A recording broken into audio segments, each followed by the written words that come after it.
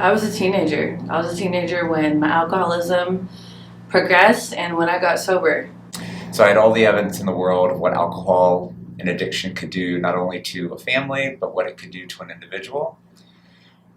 Growing up, from grade school to high school, I was strived to be the perfect child. I was a high achiever in academics. I was a high performance athlete, and tried to do all the things that I could to not become an alcoholic.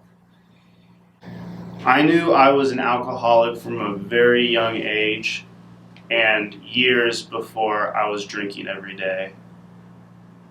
I got high for the first time in 7th grade, and within 3 months I was breaking into houses and selling pot. I felt like I wanted to die. I had taken my first substance when I was 15 years old, and it was a slow progression until I got to college, and it then became a very quick progression. I was binge drinking on the weekends, smoking weed every day,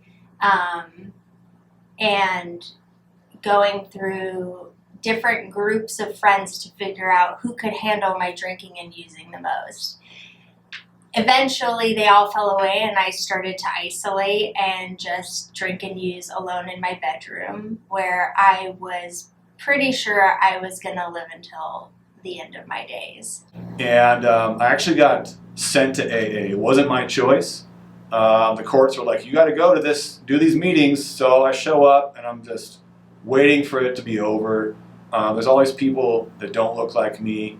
It was hard for me to identify, but I kept going. And eventually, people they were talking like honestly about what was going on.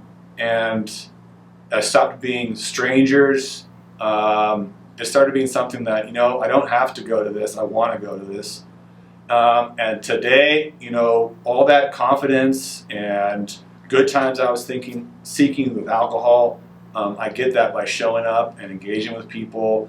I identify with people that don't look like me. You have a lot of different experiences.